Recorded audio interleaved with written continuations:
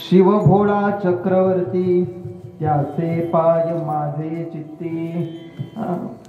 दरवेळेस सरळ अभंग असतो, त्यावेळेस म्हटलं जरा उलटा सोडवून बघावा म्हणून खालून वर तिसरं चौथं तिसरं दुसरं मग पहिलं आणि मुद्दा मग विठाला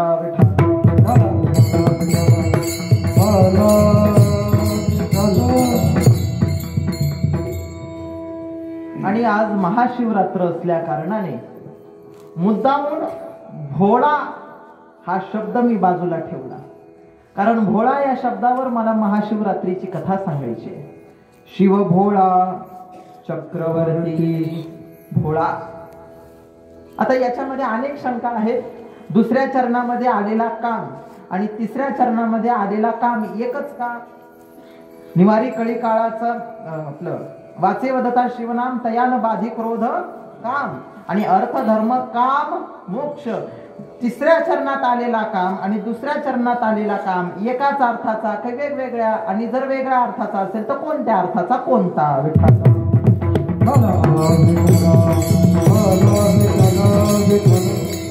तुम्ही काही शंका विचारली नाही, मी सांगितली नाही असं समजा. आता मी फक्त कथेकडे वळतो. आज महाशिवरात्राचा महापर्व काळ आहे. या पर्व काळावर जी कथा आपल्या सर्वांनी अनेकदा ऐकली आहे, पण तरी सुद्धा या पर्व काळावर त्या कथेचं उच्चारण, श्रवण, मनन, चिंतन घडणं अतिशय अगत्याचं आहे. आता मी जी तुम्हाला कथा सांगायला जात आहे त्या कथेच्या श्रवणानं अनेक पुण्याच्या राशी तुमच्या पदरात पडणार. त्यामुळे आता जी सांगणारा कथा आहे ती सांगितलेली कथा आपण सर्वांनी अतिशय मनोभावाने, अंतकरणातून शुद्ध भावाने मन लावून ती कथा ऐकावी असं मी सर्व श्रोत्यांना, माता माऊल्यांना विनंती करतो. तो भगवान कसा आहे? भोळा आहे. भोळा, शिव भोळा. आणि अनेक अनेक प्रमाण आहेत. कैलासीचा देव भोळा, चक्रवर्ती, तुका म्हणे भोळा, स्वामी माझा हा, अनेक अनेक प्रमाण आहेत. अनेक ठिकाणी देवाला भोळ म्हटलं. किती तो भोळा आहे त्याची कथा अशी सांगितली. अनेक कथा आहेत त्यापैकी एक कथा सांगतो. अगदी 10 मिनिटात, 10 ते 15 मिनिटात, कारण कीर्तनालाही थोडा उशीरच झाला, विलंब झाला सुरुवातीला, म्हणून थोडस माफी मागून थोडं पुढे जातो. आणि आजही शिवरात्र आहे. तसंच शिवरात्रीचं कीर्तन पहाटे 4 पर्यंत करायचं असतं, पण माझं 12 पर्यंतच ठरले, 11 पर्यंतच ठरले, त्याच्यामुळे मी तिथपर्यंत करतो. कांचीपूर नावाचं नगर होतं. कांचीपूर नावाच्या नगराचा राजा सोमदत्त. आणि त्या सोमदत्त नावाच्या राजाला 500 राण्या होत्या. तुम्हाला एक एक भेटली, भाग्यवान आहात. त्याला होत्या 500 होत्या. त्यातल्या 2 पतिव्रता होत्या आणि 498 जार कर्म करणाऱ्या होत्या. आणि नियम आहे, पतीनं जर पुण्य केलं अर्ध पत्नीला जात, पतीनं जर पाप केलं तर पत्नीला भोगावं लागत नाही, पण पत्नीनं जर पाप केलं तर पतीला भोगावं लागतं. 50% आरक्षण आहे ना. होत सोमदत्त नावाच्या राजाची तीच गंमत झाली. 498 जार कर्म करणाऱ्या 2च पतिव्रता, बाकीच्या 498 बायकांचं पाप राजा सोमदत्ताला भोगावं लागलं. राजा सोमदत्त मरण पावला आणि पुढच्या जन्मामध्ये तो हरिण झाला आणि त्याच्या त्या 2 पतिव्रता हरणी झाल्या. हा एक इतिहास लक्षात ठेवा. आता दुसरा एक इतिहास सांगतो. इंद्राच्या दरबारामध्ये स्वर्गामध्ये एक नोकर होता, त्याचं नाव भूतसेन. आणि त्या भूतसेन नावाच्या नोकराकडनं काही अपराध घडला. इंद्राने त्याला श्राप दिला, जा मृत्यू लोकामध्ये भिल्ल जमातीत जन्माला येशील. आणि तो पृथ्वी तलावर भिल्ल या जमातीमध्ये जन्माला आला. चंड भिल्ल नाम घेतले ठेवोनी, चंड भिल्ल असं त्या भिल्लाचं नाव. दोघांचा इतिहास झाला नाही का. सोमदत्त नावाचा राजा हरण झाला आणि त्याच्या 2 बायका पतिव्रता त्या हरणी झाल्या. आणि हा इंद्र दरबारातला भूतसेन नावाचा नोकर भिल्ल झाला. एक दिवसची अशी घटना, हा चंड भिल्ल दिवसभर शिकार न मिळाल्याने उपवास राहिला. दिवसभर त्याला उपवास घडला. अन्न नाही, पाणी नाही, काही नाही. जंगलामध्ये फिरत असताना सायंकाळच्या वेळा एका सरोवराच्या काठी त्याने वाघूर लावली. त्या सरोवराच्या काठाला एक दाट पाल्याचं झाड होतं, त्या झाडावर जाऊन बसला. कोण? हा भिल्ल. दाट पाल्याचं झाड होतं, त्या झाडावर जाऊन बसला. ती वाघूर दिसावी म्हणून डोळ्यापुढे येणारा जेवढा काही पाला होता तो तोडून खाली फेकत होता. असा तोडायचा आणि खाली फेकायचा, तोडायचा आणि खाली फेकायचा.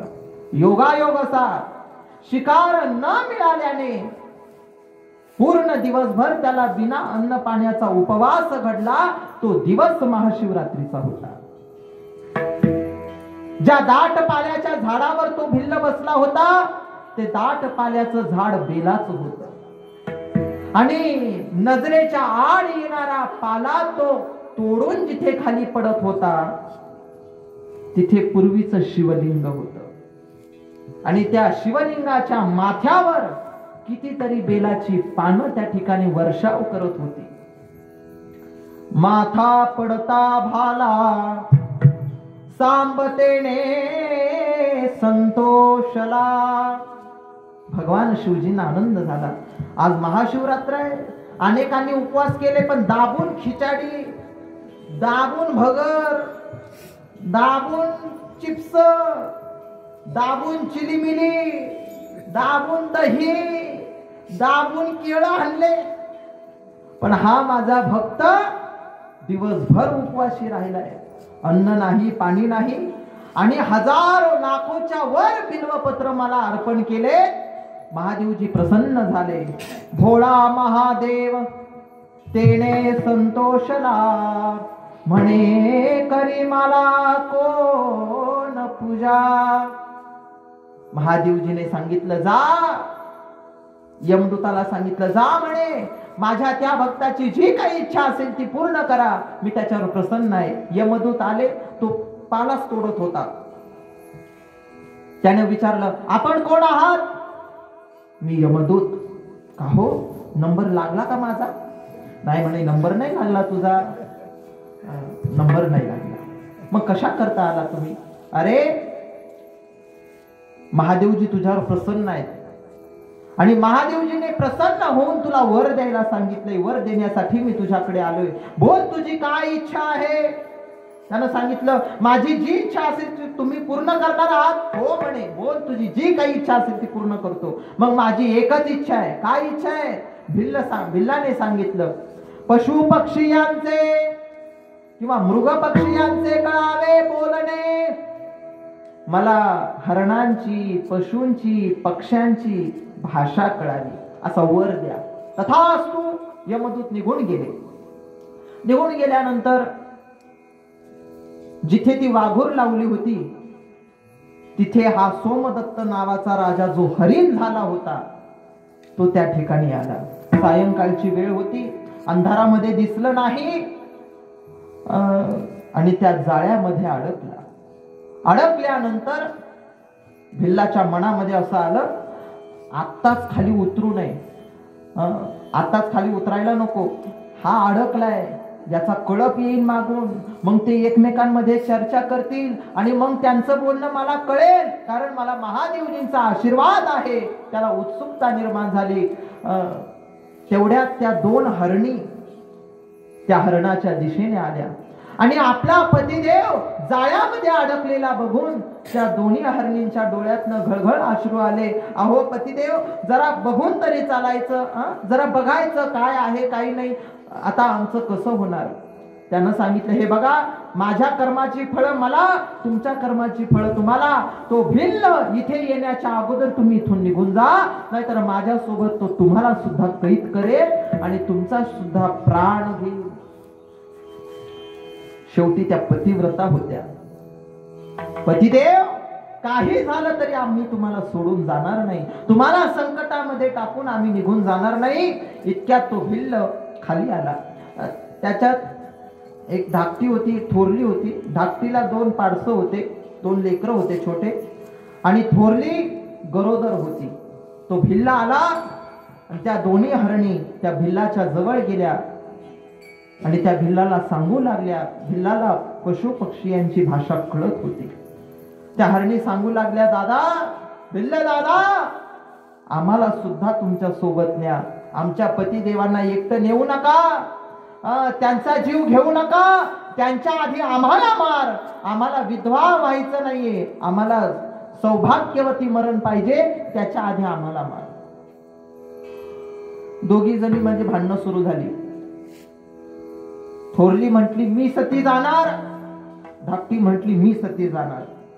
थोरली म्हटली, नाही नाही, तू थोरली आहे, तू धाकटी आहेस, मी थोरली आहे, मान थोरलीचा असतो, मी सती जाणार. धाकटी म्हटली, तुम्ही सती जाऊ शकत नाही, तुम्ही गरोदर आहात, गरोदर अवस्थेमध्ये सती जाणं चुकीचं आहे, ते प्रथेस मान्य नाही. असं करा, माझ्याही 2 लेकरांचा सांभाळ करा, तुमच्याही लेकराला जन्म द्या आणि आपला वंश वाढवा, सती मी जाते.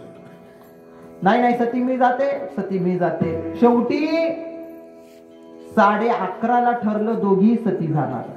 तुम्ही काळजी करू नका, मला वेळेचं भान नाही. दोघी सती जायचं ठरलं, पण धाकटीनं अट घातली, भिल्ल दादा, 2 पाडसं आहेत मला, शेवटचं एकदा मी त्यांना दूध पाजून येते, नाही आलीस तर शंकराची शपथ आहे. भिल्ल आश्चर्यचकित झाला, शंकराची शपथ आणि हरणीनं घालावी. ठीक आहे, भिल्लाने परवानगी दिली. ती धाकटी हरीण घरी आली. पाडसं भुकेलेले होते. आल्याबरोबर आईला कवटाळलं आणि ते 2-2 पाडसं जे होते ना, लगेच आईचं दूध पिऊ लागले. दूध पिताना बघितलं आणि आईचे डोळे पाणावले, डोळ्यातून अश्रू घळकत निघून आले. तिलांनी विचारलं, आई का रडतेस? काही नाही बाळा, प्या ना, तुम्ही दूध प्या, काही नाही झालं. नाही नाही, सांग काय झालं.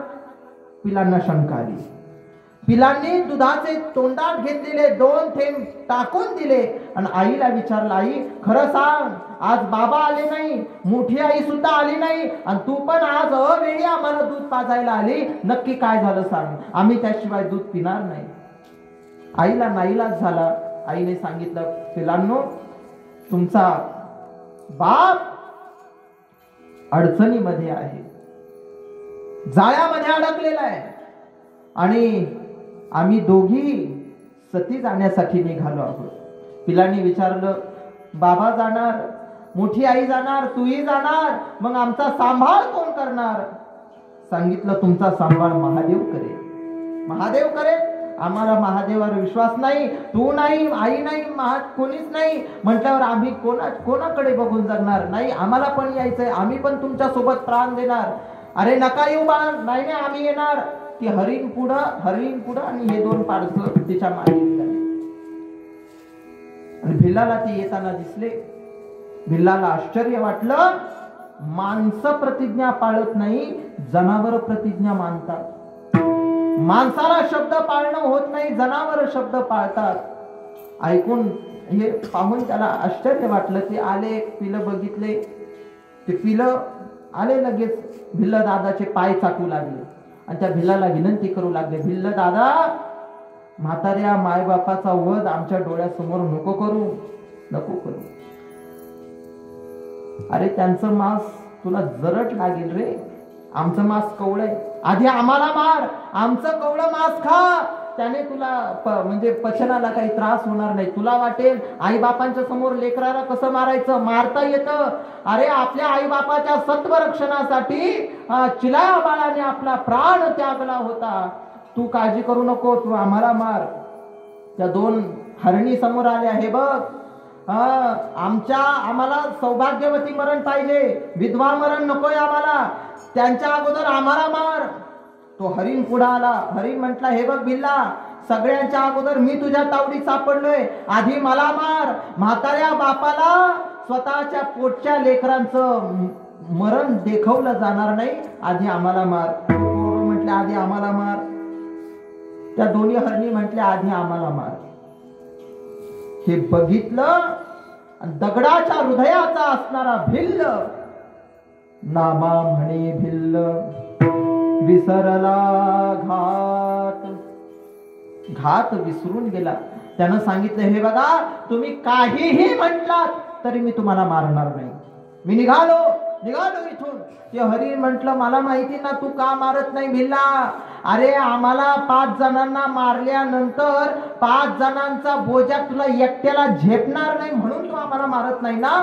चल तू तुझ्या घरी चल, तू पुढे चल, आम्ही तुझ्या मागे येतो आणि तुझ्या घरासमोर आम्हाला मार. तुला शंकराची शपथ आहे, तुला मारावंच लागेल.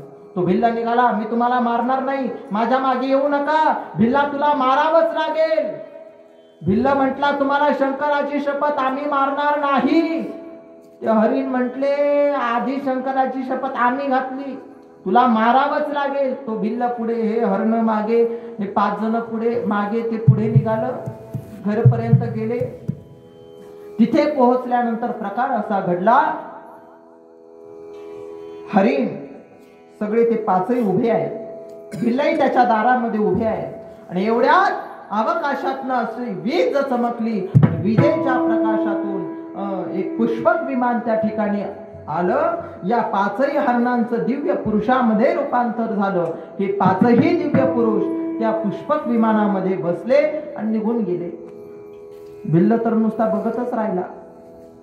भिल्ल म्हटला, का 5 जणांचं सीट होतं का,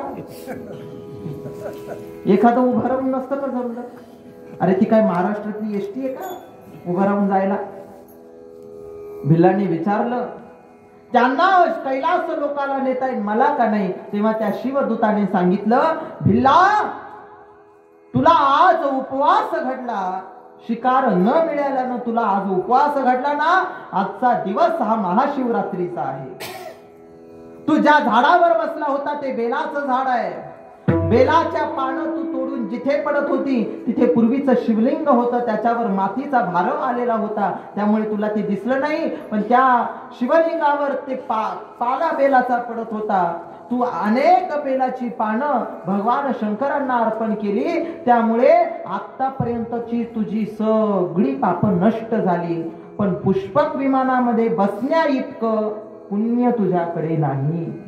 मग त्याच्यासाठी काय करावं लागेल, मी जे सांगशील ते करशील भिल्ला. हो हो नक्की करील. त्या शिवदूताने सांगितलं, भिल्ला पुढच्या महाशिवरात्रीपर्यंत त्याच बेलाच्या झाडाखाली बस आणि ओम नमः शिवाय या मंत्राचा जप कर, तुझ्या एकट्यासाठी विमान येईल. आणि ते शिवदूत विमान घेऊन निघून गेले. ते सोमदत्त नावाचा राजा, त्याच्या 2ही पतिव्रता, त्यांची 2 पाडसं मुक्त झाली, दिव्य पुरुषामध्ये शिवमय झाले. पुढच्या महाशिवरात्रीपर्यंत त्या भिल्लाने शिवदूताने सांगितल्याप्रमाणे त्या बेलाच्या झाडाखाली बसून भगवान शिवाची उपासना केली, ओम नमः शिवाय मंत्राचा जप केला. आणि झालं काय, पुढच्या वर्षीच्या महाशिवरात्रीला पुष्पक विमान आलं आणि त्या भिल्लाला कैलासाला नेलं. कैलासासी नेला, कैलासासी नेला, कैलासासी नेला, ओ कैलासासी नेला. पानेरी बैसला, पानेरी बैसला,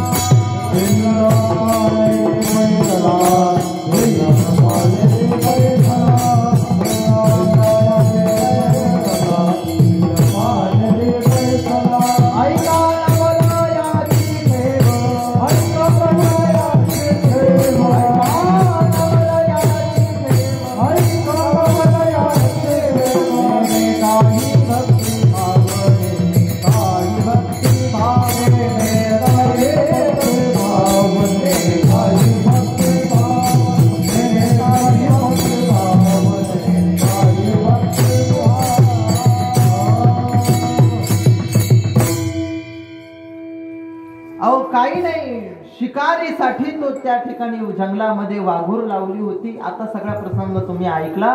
काही नाही, महाशिवरात्र आहे म्हणून उपवास केला नव्हता, महाशिवरात्र आहे म्हणून भगवंताला बेल अर्पण केलं नव्हतं, महाशिवरात्र आहे म्हणून ओम नमः शिवाय मंत्राचा जप केला नव्हता.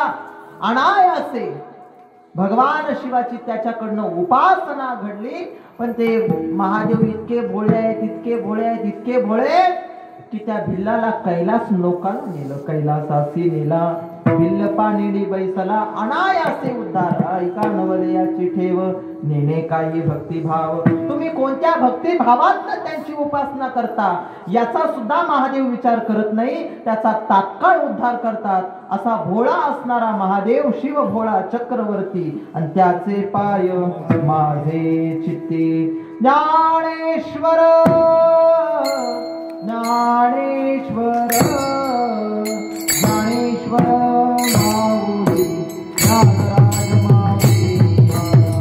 ज्ञानेश्वर ज्ञानेश्वर ज्ञानेश्वर माऊली, ज्ञानराज माऊली. महाराज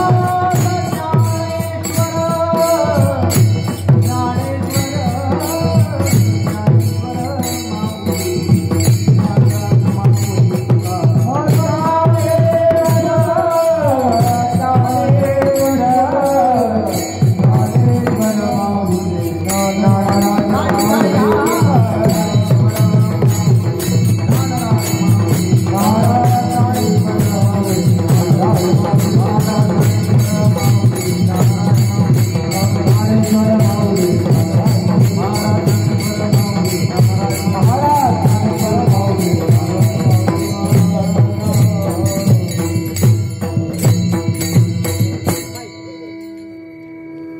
शिवभोळा चक्रवर्ती, त्याचे पाय माझे चित्ती. वासे वरता शिवनाम तयानुबारी, मृदंगाम धर्म अर्थ काम मोक्ष. शिव देखता प्रत्यक्ष, एका जनार्दनी शिव निवारी, कळी काळाचा भेव. संपूर्ण महाराष्ट्रभर संपन्न होत असणारा हा महाशिवरात्रीचा महोत्सव आपल्या या पवित्र अशा रामेश्वर भगवंताच्या दरबारामध्ये याही ठिकाणी महाशिवरात्रीचा महोत्सव संपन्न होत असताना हे 26वे वर्ष आहे. सोबतच शिवलीलामृत ग्रंथ पारायण सोहळा आपल्या या मौजे तीर्थक्षेत्र विंग, तालुका खंडाळा, जिल्हा सातारा या ठिकाणी संपन्न झाला आहे. संपन्न होत असताना या विंग गावामध्ये जवळजवळ 6 वर्षानंतर पुन्हा एकदा तुमच्या दर्शनाचा लाभ आलाय. 6 वर्षापूर्वी एकदा आमचं या ठिकाणी येणं झालं होतं. पुनश्च एकदा वाघ महाराजांनी आम्हाला अतिशय आग्रहाचं निमंत्रण देऊन या ठिकाणी आमंत्रित केलं. त्याबद्दल मी त्यांचे नारदाच्या गादीवरून मनोभावे आभार मानतो. उपस्थित या ठिकाणी हरिभक्त परायण भागवताचार्य राहुल महाराज तळेकर शास्त्री या ठिकाणी उपस्थित आहेत. तसेच व्यासपीठ चालक संजय महाराज तळेकर, पर्वती महाराज तळेकर, मृदंगमणी आमचे हरिभक्त परायण माऊली महाराज देशमुख, मृदंगाचार्य हरिभक्त परायण माऊली महाराज. वा वा, दोन्ही माऊली या ठिकाणी आहेत. आमचे वडील संजय महाराज डांगे, उत्तम असे हार्मोनियम वादक. महाराजांचं नाव पडेल खोपडे महाराज तेही या ठिकाणी उपस्थित आहेत. पंचक्रोशीतील सर्व टाळकरी महाराज मंडळी, विनेकरी महाराज, उत्तमश्री, माईक सिस्टीम, माझ्या समोर बसलेले आपण सर्व मातृवर्ग, पितृवर्ग, बंधुवर्ग, भगिनी वर्ग सर्वांना मी नारदाच्या गादीवरून मनोभावे वंदन करतो आणि झालेली सेवा श्री समर्थ सद्गुरू किसनगिरी बाबा, गंगागिरी बाबा, नारायणगिरी बाबा, श्री रामेश्वर भगवंताच्या चरणी, तुम्हा सर्व मायबाप श्रोत्यांच्या चरणी, उपस्थित गुणीजन कलाकारांच्या चरणी, माझ्या मायबापाच्या चरणी, ज्ञानोबरायांच्या, तुकोबरायांच्या, विठोबरायाच्या चरणी अर्पण करून या ठिकाणी सेवेला पूर्णविराम. तुकाराम तुकाराम तुकाराम.